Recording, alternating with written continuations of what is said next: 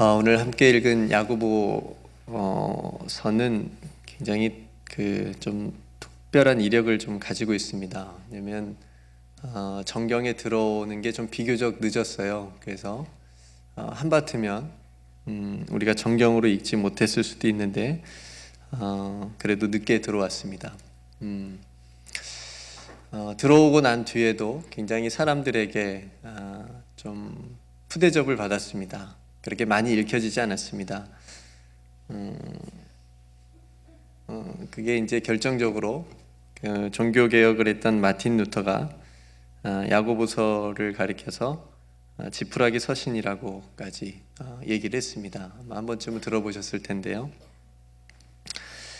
굉장히 무시한 거죠. 마틴 루터가 최고의 성경으로 여겼던 성경책은 뭐였을까요? 네, 노마서였습니다. 그러니까 이거는 시대적 상황하고 조금 연관이 있습니다. 야고보서는 뭘 강조하죠? 네, 행함을 강조합니다. 그러니까 그 당시 중세 시대 때 그 타락한 중세 교회들이 뭘 강조하면서 그 당시 사람들에게 돈을 착취하고 또 신앙이 아니라 종교인으로 만들어 버렸잖아요. 그게 이제 행함, 굉장히 행하는 것을 강조했기 때문에 굉장히 많은 것들을 요구하고 또 면죄부도 팔고, 그래서 아마 이 야고보서가 중세 시대 때 교회에게는 굉장히 좋은, 그렇죠, 굉장히 매력적으로 이용할 만한 그런 성경이었는데 루터에게는 굉장히 적대감을 가질 수밖에 없는 그런 성경이었던 겁니다. 그래서 지푸라기 성경이라고까지 그렇게 심하게 얘기를 했지요. 이렇게 야고보서는 보는 사람에 따라서 조금 특별하게 이해되고 해석이 되어져 왔습니다. 역사적으로. 여러분들 오늘날에는 어떨까요? 오늘날의 성경 66권 중에 가장 그리스도인들이 많이 교회가 읽어야 될 성경책 한 권을 고르라면 저는 야고보서를 뽑겠습니다. 그러니까 중세 시대하고 완전히 뒤바뀐 시대입니다. 지금은 믿음을 많이 강조합니다. 그래서 행함이 없습니다. 그래서 세상 사람들이 교회를 보고 믿는 사람들을 보고 네가 믿는 하나님이 어디 있느냐, 너희들이 믿는 예수가 누구냐, 너희들이 가지고 있는 믿음은 과연 뭐냐, 이렇게 물어보는 그런 실정입니다.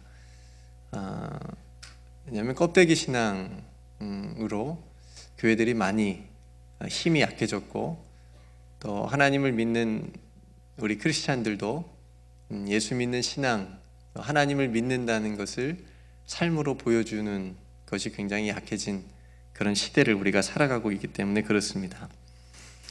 그래서 루터처럼 오직 믿음과 은혜를 강조하는 사람들에게 야고보서는 굉장히 푸대접을 받았는데, 반면에 믿음만 강조하고 행함이 없는 그런 종교인들을 비판하는 사람들에게는 야고보서가 굉장히 그 어떤 성경보다도 좋은 성경인 것이요. 그러니까 오늘날에는 후자 쪽에 좀 가깝습니다. 우리가 읽어야 될 책이 있다면 야고보서이겠지요. 행함이 없는 믿음은 죽은 거다. 오늘 야고보서가 굉장히 단호하게 선포하고 있습니다. 그렇다면 왜 야고보 사도는 이렇게 행함을 강조했을까? 이것은 앞에서 제가 말씀드린 것 같이 야고보 사도가 오직 믿음으로 오직 은혜라고 하는 것을 몰랐던 것이 아니었겠지요.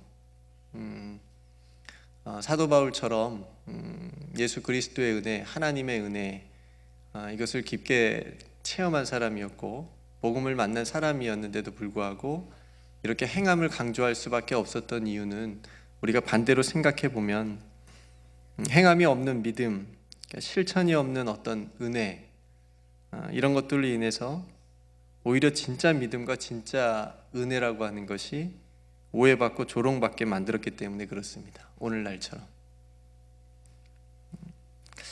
그래서 이 야고보서의 외침이 이 시대에도 꼭 필요한 외침인 거지요. 그러니까 믿음을 말하면서도 믿음대로 살지 않는 가짜 그리스도인들이 너무 많고, 십자가는 예배당 끝에 높게 세워놨는데 그 십자가가 아무런 의미가 없이 크리스찬이라고 부르는 사람들이 예배당에 모여서 하는 일들이 하나님께서 보시기에 참 기뻐하시지 않을 만한 일들을 많이 하고 있기 때문에 그런 모습들이 오늘 야고보서에 비추어 봤을 때 행함이 없는 믿음이 우리 안에 참 많이 있는 것을 보게 됩니다. 그래서 야고보 사도가 이 야고보서를 쓰면서 정말 애끓는 마음으로 하나님이 주시는 그런 마음으로 너희들이 하나님께 주신 그 믿음을 삶으로 살아냈으면 좋겠다. 아마 흩어져 있는 12지파에게 이 편지를 썼는데요. 즉 우리 모든 그리스도인들에게 간절하게 너희들이 가진 믿음으로 그 믿음대로 좀 살았으면 좋겠다라고 하는 그런 마음을 우리가 야고보서를 읽으면서 엿볼 수가 있습니다. 오늘 야고보 사도가 본문에서 두 사람의 믿음을 예시로 보여주고 있어요. 아브라함과 기생 라합입니다. 굉장히 간격이 커요. 아브라함은 유대인들이 굉장히 최고로 치는 믿음의 아버지였고 굉장히 본을 받고 따르고 싶어하는 그런 사람이었는데 기생 라합은 반면에 굉장히 그죠? 신분도 그렇고 그렇게 생각이 되었겠지만 저는 일부러 야고보 사도가 이 두 사람을 일부러 이렇게 넣었다고 비교했다고 생각이 되어집니다.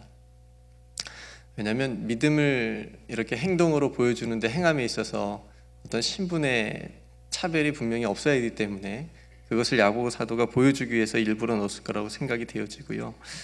우리가 아는 대로 아브라함은 행동파지요, 그죠? 하나님께서 부르심을 딱 받았을 때 아버지와 아들과 고향과 친척을 떠나라 라고 하는 그 명령을 받고 떠났습니다. 저는 이 말이 참 매력적으로 저는 다가옵니다. 늘 성경을 읽을 때마다. 여러분 안 그러세요? 그리고 예수님께서 제자들에게 딱 하시는 말씀들도 너는 나를 따르라. 이 말씀도 참 매력적으로 다가옵니다. 그러니까 이 말은 내 삶을 다 이렇게 뒤로 하고 정말 아브라함처럼 예수님의 제자들처럼 그런 하나님과 예수님으로부터 그런 말씀을 들었을 때 따르고 싶을 만한 그런 마음들이 생깁니다. 그리고 그런 말씀들을 좀 해줬으면 좋겠다라고 하는 사모함이 있습니다. 꼭 선교 오지로 가라고 하는 그런 메시지는 아니시기를 바라는 마음도 약간은 있지만은 우리의 삶에서 어디든 떠나라. 그게 하나님의 분명한 메시지, 내 삶에 주는 메시지라면 내가 그걸 순종하고 실천할 만한 믿음을 가지고 있는가는 점검해 볼 필요가 있습니다. 그래서 아브라함은 그렇게 하나님께서 지시하는 땅으로 미련 없이 하나님의 말씀을 쫓아가는 모습을 우리가 볼 수가 있고요. 그리고 오늘 본문에도 나왔듯이 정말 귀한 아들, 그 아들을 하나님께서 번제로 바치는 그런 모습. 그러니까 야고보 사도는 이 모습을 통해서 아브라함이 행함으로 의롭다 하심을 받은 것으로 해석을 했습니다. 물론 하나님을 믿는 것으로 의로 여김을 받았지만 그 불완전한 믿음을 이제 자기 아들 이삭을 하나님께 바치라고 했을 때 바치는 그 행함으로 인해서 그의 믿음이 온전하게 됐다라고 야고보 사도는 해석을 한 겁니다. 그래서 22절에 보면 내가 보거니와 믿음이 그의 행함과 함께 일하고 행함으로 믿음이 온전하게 되었다라고 얘기를 하고 있습니다. 그러니까 우리의 온전한 믿음이라고 하는 것은 그 믿음이 행함으로 나타날 때 비로소 이루어지는 겁니다. 그러니까 내가 하나님을 믿는다라고 하는 것은 내가 하나님을 어떤 부분을 의지하고 믿고 고백한다고 하는 것은 그 믿음의 행위가 내 삶에서 나타났을 때 그 믿음이 비로소 온전하게 된다라고 하는 그런 의미입니다. 그러니까 나는 이 믿음으로 살겠어요. 그렇게 살겠습니다, 하나님. 나에게는 이런 믿음이 있습니다, 하나님. 그러니까 이런 믿음을 우리가 고백을 했을 때 그렇게 실제로 살아가는 삶을 통해서 그 믿음의 고백이 진짜가 된다는 겁니다. 이게 지금 야고보 사도가 계속 얘기하는 핵심입니다. 기생 라합도 마찬가지입니다. 자신이 가진 믿음을 목숨을 거는 행함으로, 그러니까 목숨을 걸어야 됐습니다. 그래서 이스라엘 정탐꾼들을 숨겨주고 오늘 본문에 다른 길로 도망가게 이렇게 도와줬습니다. 보호해줬습니다. 그래서 그 행함이 있는 믿음으로 기생 라합도 의롭다함을 받았다. 이렇게 얘기를 하면서 마지막 26절에 영혼이 없는 몸이 죽은 것 같이 행함이 없는 믿음은 죽은 것이다.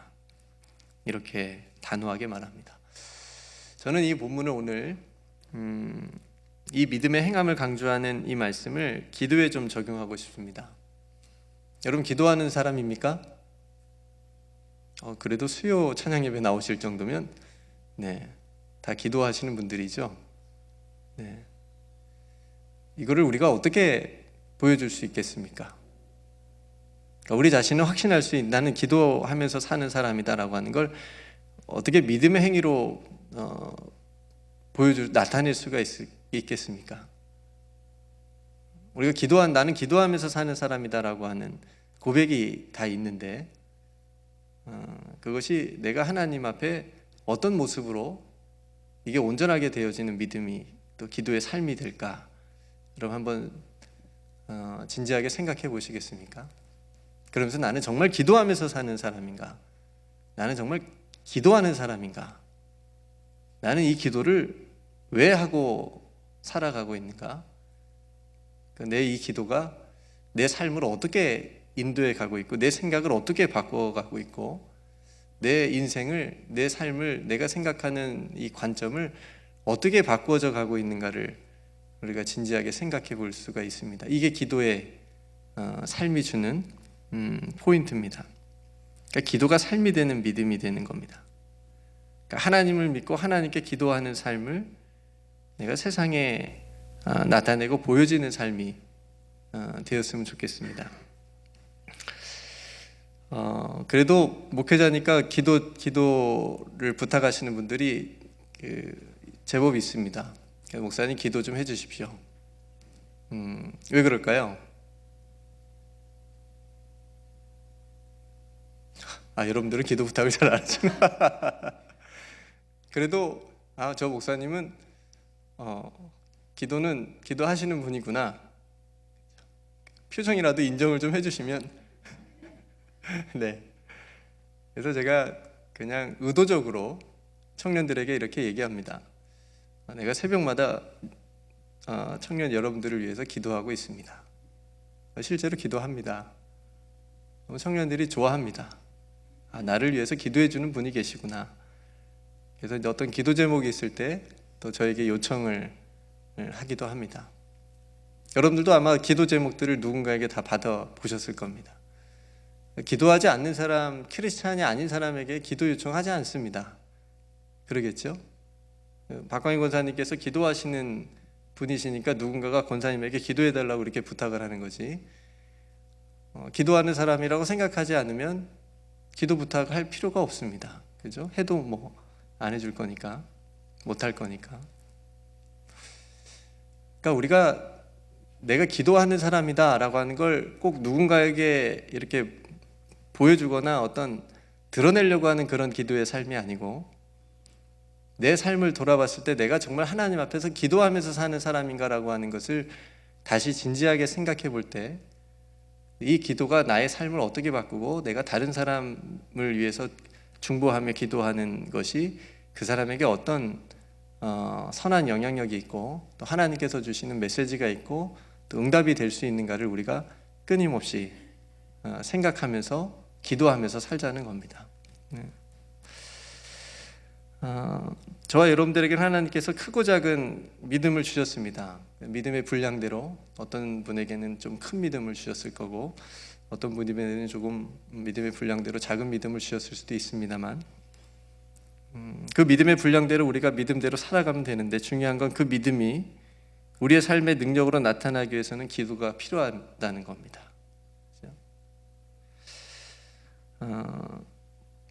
기도할 수 있는데 왜 걱정하십니까?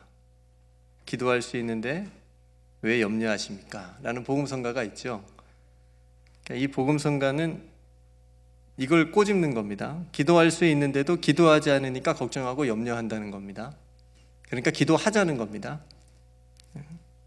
사도 바울께서도 빌립보서 4장 6절에 아무것도 염려하지 말고 다만 모든 일에 기도와 간구로 너희 구할 것을 감사함으로 하나님께 아뢰라, 이렇게 말합니다. 근데 대부분의 많은 사람들은 앞쪽에서 머물러 있습니다. 아무것도 염려하지 말고, 그죠? 염려하지 말라라고 했는데도 염려하면서 살아갑니다. 여기서 뒤로 넘어가야 되는데, 다만 뭐라고요? 모든 일에 기도와 간구로. 이거는 실천하는 겁니다. 그러니까 염려라고 하는 건 우리 생각 속의 망상이지만, 기도와 간구는 실제로 행해야 되는 겁니다. 그러니까 실제로 행하게 되면 하나님께서 그리스도 평강 가운데 우리의 마음과 생각을 지켜주시면서 하나님의 뜻대로 우리의 삶을 이끌어 가시는 겁니다. 기도해야 될 때 그렇게, 기도할 때 이런 역사가 일어나는 겁니다. 또 데살로니가 성도들에게 사도 바울이 기도에 대한 유명한 권면을 한 적이 있죠. 쉬지 말고 기도하라. 너무나도 잘 아는 유명한 말씀인데, 여러분 이 권면을 들을 때마다 여러분 마음이 어떠세요? 쉬지 말고 기도하십시오. 부담스럽죠? 왜 그럴까요? 이거 실천해야 되는데 굉장히 부담스럽게 다가옵니다. 쉬지 말고 어떻게 기도하지? 어떻게 기도할 수 있을까? 이걸 시간적 개념으로 우리가 생각하면 이거는 감당이 안 되는 말씀입니다. 이거는 기도원 원장이라고 해도 이거는 쉽지 않을 겁니다. 이거 어떻게 쉬지 말고 24시간 기도할 수 있겠습니까? 이 말씀을 여러분 시간적 개념보다는 하나님과의 교제의 개념으로 여러분 이해하셔야 됩니다. 사도 바울께서도 쉬지 말고 기도하라고 하는 것은 우리가 하나님 안에서 살아가는 것을 한순간도 잊지 말라는 그런 의미입니다. 우리가 하나님 안에서 살아간다는 것, 하나님 안에 있다라고 하는 것, 예수 그리스도의 그 복음 안에 있다라고 하는 걸 한순간도 잊지 말고 살아가라. 한순간도 잊지 않는 게 기도하는 겁니다. 그래서 우리가 쉬지 않고 쉬지 말고 기도할 수 있는 겁니다. 그런 도전을 사도 바울이 우리에게 주는 겁니다. 그래서 실제로 우리가 하나님 안에서 살아가는 것을 한순간도 잊지 않으면 우리가 기도의 삶을 충분히 살아갈 수 있고 만들어낼 수 있습니다. 오늘 새벽 기도 안 갔네. 오늘 나 기도 안 했어. 오늘 수요 찬양 예배 못 갔네. 오늘 기도 못 했네. 이런 개념이 아니고, 우리가 내 삶이 24시간 365일 나의 전생애가 하나님 안에 있다라고 하는 걸 확실하게 우리가 믿고 그 안에서 살아간다면 그 믿음으로 살아가는 것이 쉬지 않고 하나님 앞에 기도하는 삶입니다. 여러분 야고보 사도의 별명을 혹시 아시나요?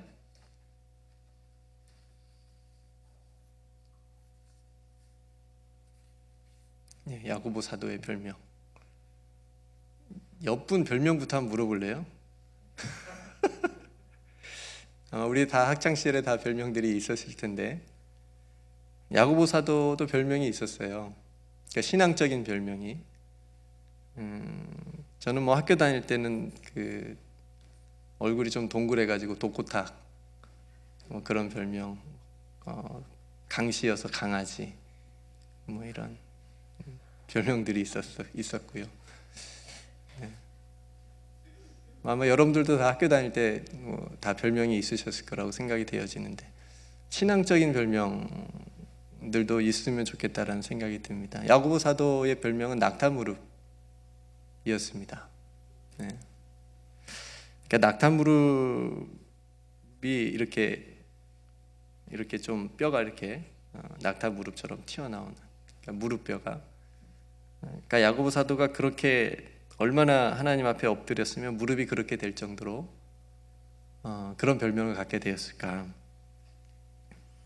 그러니까 실천을 강조했던 분이, 행함을 강조했던 분이 실제로 그렇게 말만 하지 않고 무릎이 그렇게 되도록 기도하며 사셨던 겁니다. 그래서 야고보서가 우리에게 더 큰 울림을 줄 수 있습니다. 그러니까 말만 하지 않고 실제로 그렇게 살았던 거죠. 그래서 야고보 사도는 진짜 깊은 영성과 실천가, 또 믿음을 실천하셨던 분이었던 거죠. 우리가 뭐 진짜 저와 여러분들도 낙타무릎처럼 그렇게 될 수 있으면 좋겠지만 그렇게 될 수까지는 없겠지만 우리 각자에게 주신 믿음의 분량대로 우리가 삶에서 그렇게 우리가 말한 대로, 우리가 믿는 대로, 우리가 기도한 대로 그렇게 따로 삶이 분리되지 않고 그렇게 살아낼 수 있었으면 좋겠습니다. 그래야 우리가 자라나고 우리의 신앙이 더 성숙해지고 세워갈 수 있지 않겠습니까? 우리는 성숙해지기 참 원합니다. 우리 믿음이 자라기를 너무 원해요. 우리 가정도 그렇고 교회도 그렇고 우리가 하는 일도 그렇고요. 그렇게 원하는 간절한 마음에 비해서 우리가 실천하는 것은 굉장히 약합니다. 물론 저도 그렇고요. 그럼에서 우리 야고보 사도께서 오늘 우리에게 주시는 이 메시지는 굉장히 귀합니다. 영혼이 없는 몸이 죽은 것 같이 행함이 없는 믿음은 죽은 거다. 저와 여러분들이 가진 정말 귀한 이 믿음이 죽지 않은 것이 되려면 우리가 하나님 앞에서 자그만 거라도 시작할 수 있는, 실천할 수 있는 그런 믿음을, 또 그런 실천과 순종을 저와 여러분들에게 주시기를 간절히 소망합니다. 저는 작은 믿음의 기도가 큰 능력의 파도를 만들어낼 줄로 믿습니다. 여러분들이 하나님 앞에 엎드리기만 하면, 그 엎드리는 순간부터 역사가 일어나게 될 줄로 믿습니다. 가장 먼 거리가 머리에서부터 이 가슴까지의 거리라고 그러잖아요. 그죠? 여기서 이해되는 것이 여기까지 내려오는 게 그렇게 힘들답니다. 그 다음에 또 먼 거리가 이 무릎에서 이 땅에까지랍니다. 사람이 그렇게 엎드리는 것이 힘들다고 합니다.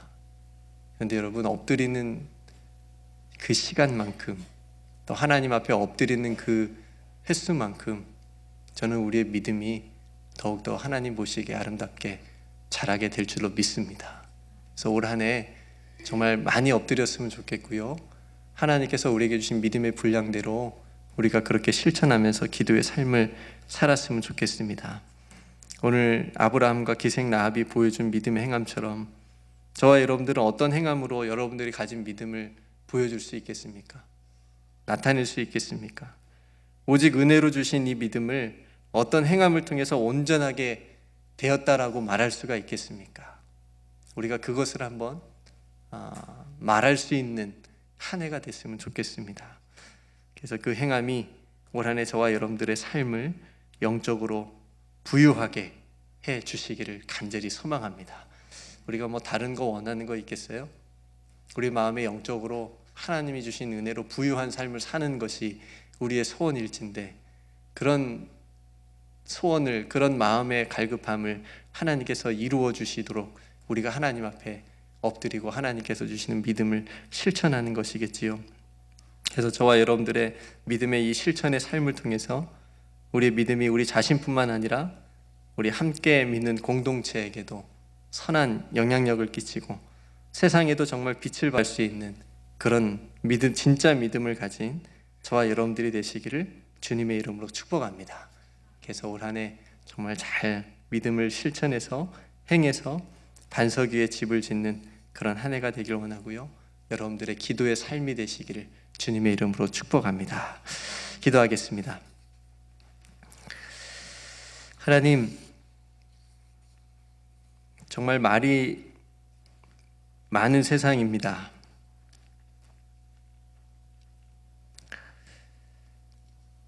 행함이 없는 믿음이 능력이 없는데, 행함이 없는 믿음이 참 많은 세상입니다. 십자가의 능력을 의지하기보다 자신의 능력을 의지할 때가 참 많이 있습니다. 오늘 야고보 사도의 이 귀한 도전과 가르침과 권면을 우리 마음속에 새기게 하여 주시옵소서. 영혼이 없는 몸이 죽은 것 같이 행함이 없는 믿음은 죽은 것이라고 하는 이 가르침이 우리의 믿음이 죽은 믿음이 되지 않게 하여 주시옵소서. 행함이 있는 믿음으로 세상에 나가 담대하게 그 능력으로 살아갈 수 있는 우리 귀한 성도들 한 사람 한 사람이 다 되게 하여 주시옵소서. 하나님, 믿음이 행함과 함께 일하고 행함으로 믿음이 온전하게 된다고 말씀하셨습니다. 하나님, 우리에게 주신 정말 귀한 믿음이 있는데 이 믿음이 행함을 통하여 온전하게 되게 하여 주시옵소서. 하나님, 그래서 하나님을 기쁘시게 하는 귀한 한 해의 삶이 되게 해주시고 우리의 속사람이 더욱더 성숙해지고 강건해지는, 그래서 영적 부유한 삶을 살아갈 수 있도록 우리 귀한 성도들 한 사람 한 사람 축복하여 주시옵소서. 모든 은혜를 하나님께 감사드리며 예수님의 이름으로 간절히 기도드리옵나이다. 아멘. 아멘.